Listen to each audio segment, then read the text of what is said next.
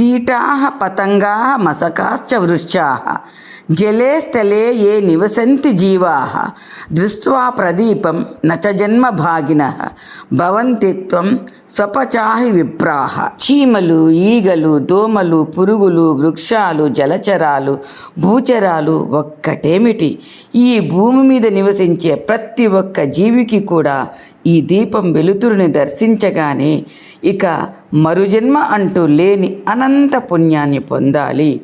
వైదిక ధర్మాన్ని నమ్మకము కేవలం తన సుఖం కోసమే కాక కర్మలను ఆచరించేటువంటి వాడు కూడా ఈ దీపకాంతి ప్రసరించడం చేత అభ్యున్నత కలిగి మరుజన్మలో వేదము నేర్చి లోకోపకారి అయిన జన్మను పొంది ఉద్ధరింపబడాలి.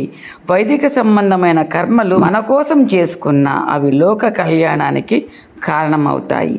నేటికి ఆర్తితో ప్రార్థించిన వారికి తగిన సహాయం అందుతున్నది అంటే, లోకంలో మంచి అన్నది కనిపిస్తుంది అంటే ఇటువంటి ప్రార్థనల ఫలమే. ఓం సర్వే జనా సుఖినో భవంతు.